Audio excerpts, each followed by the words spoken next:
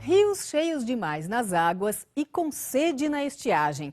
Disso padece especialmente o maior rio brasileiro inteiramente nacional, o São Francisco. A bacia do São Francisco é enorme, supera o tamanho da maioria dos países europeus. Ocupa toda esta área aqui, onde vivem cerca de 15 milhões de pessoas.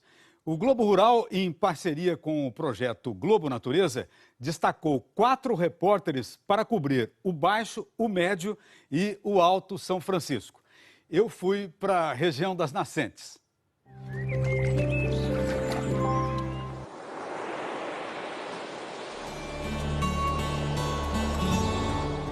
Quando se entrega ao Atlântico, na divisa de Alagoas com Sergipe, ele até parece um mar chegando a outro mar.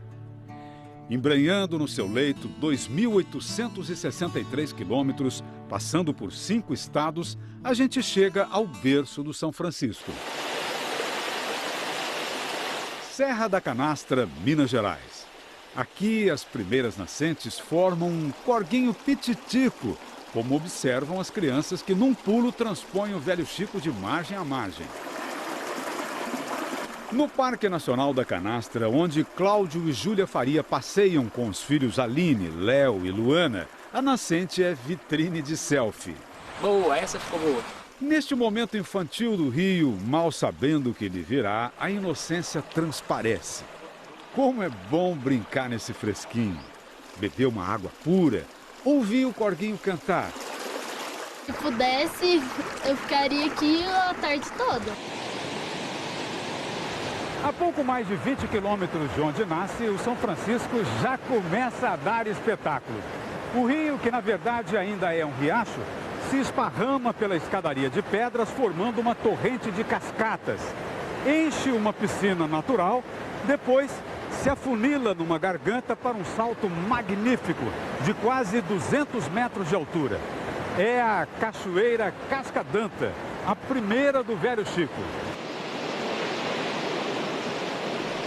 Das comunidades tradicionais da Canastra, os antepassados da família Almeida tiveram o capricho de erguer esse templo da gastronomia regional, o forno a lenha, com vista para a Casca d'Anta. Aliás, a casa oferece várias molduras para esse cartão postal. Pão de queijo. Pão de queijo está aqui.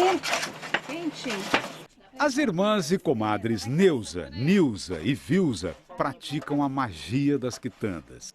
Forram o tabuleiro com crocante pão de queijo, broinha de fubá de canjica, rosquinha de leite, João deitado. A poucos metros do forno, um riachinho calmo, cristalino, apetitoso, corre sem pressa ao encontro das águas que caem da imponente cachoeira. Majestade que revelam nunca repete o traje.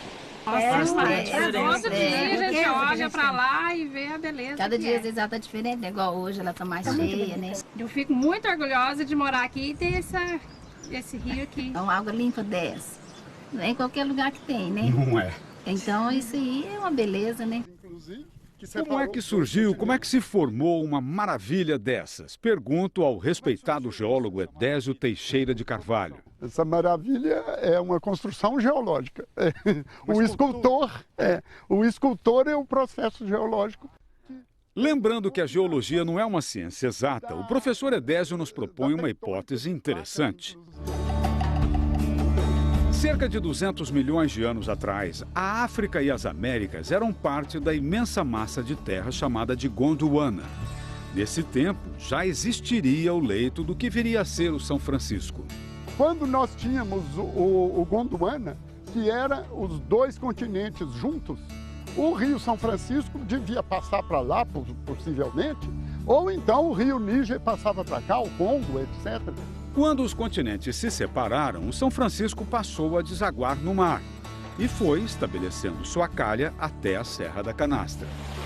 A área toda ferve de olhos d'água, característica de um terreno que já levou o professor Edésio a escrever um artigo chamando esse tipo de formação de caixa d'água toda rota, toda furada.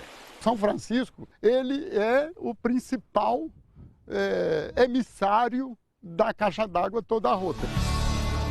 Emissário de esgoto também. Impacto que começa no próprio berço do rio. Esse é o primeiro. O ambientalista André Picardi comenta conosco que, a menos de 10 quilômetros da Casca d'Anta, o São Francisco recebe o chorume do simpático distrito de São José do Barreiro, município de São Roque de Minas. São dejetos de cerca de 500 pessoas. Todas as sedes de município aqui do Alto São Francisco despejam águas em córregos que uma hora vão chegar no leito do Rio São Francisco. Esta veio a ser uma sina do rio, acolher a descarga dos agrupamentos humanos. O tratamento dos resíduos, como o que é feito já na cidade de São Roque de Minas, é coisa recente.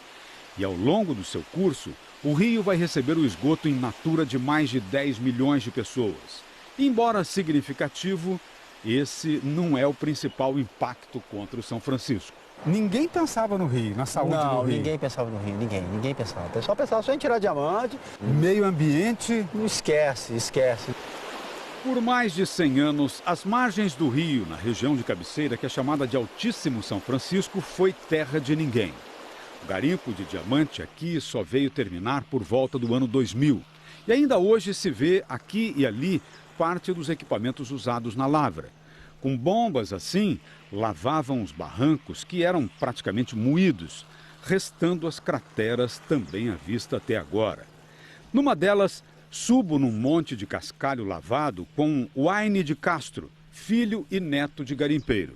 Era um estrago considerável que vocês faziam aqui. É um dos pontos que existiam aqui, dos 80 pontos que existiam na fazenda. Waine tem fotos da fazenda, era uma buraqueira só. O município atraía levas de até 5 mil garimpeiros por temporada e foi devastador.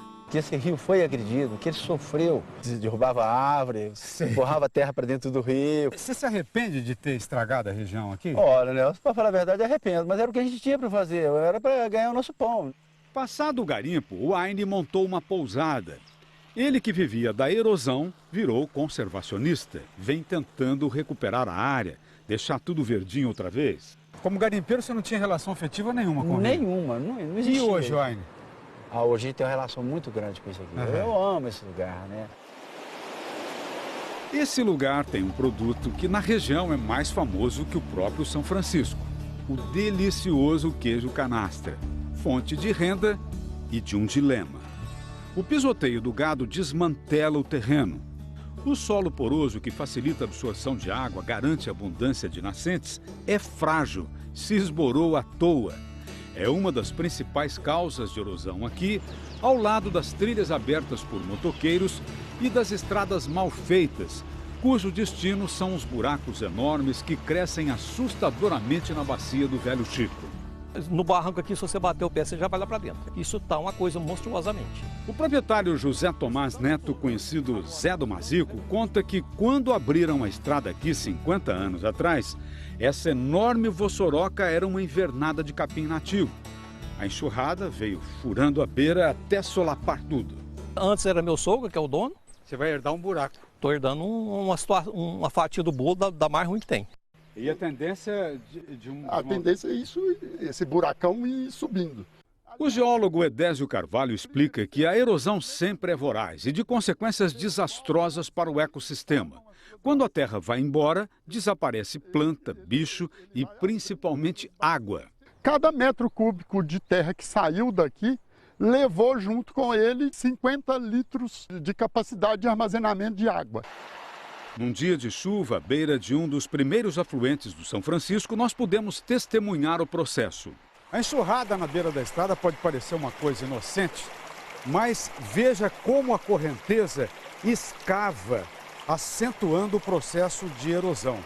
Observe aqui ao lado. Isto, ó, olha, é solo, terra que foi arrastada montanha abaixo.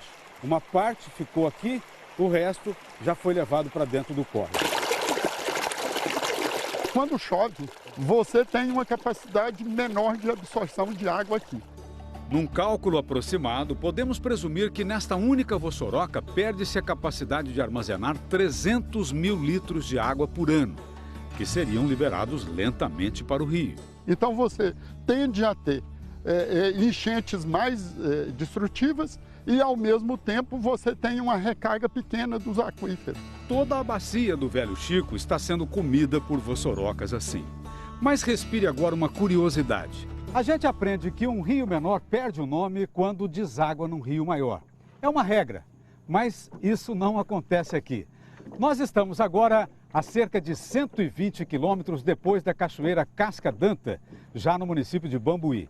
E exatamente neste ponto, o São Francisco deságua num rio maior, que chega a ter 6 vezes o volume de água dele.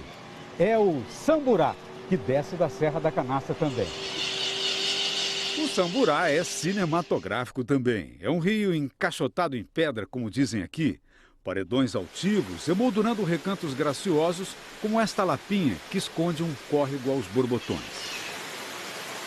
Brota no município de Medeiros. Passou a ser a nascente geográfica oficial do São Francisco, 49 quilômetros acima daquela nascente histórica do Parque Nacional. O Samburá se arremete ao Planalto vibrante, musculoso. Tem trechos de mata ciliar de fazer inveja à maioria dos rios do Sudeste. Mas naquele ponto em que acolhe o São Francisco, o nome indígena foi submetido ao do santo. Perde o nome e, se fosse uma pessoa, diria que perde um pouco da dignidade também. O porquê, veja no próximo bloco.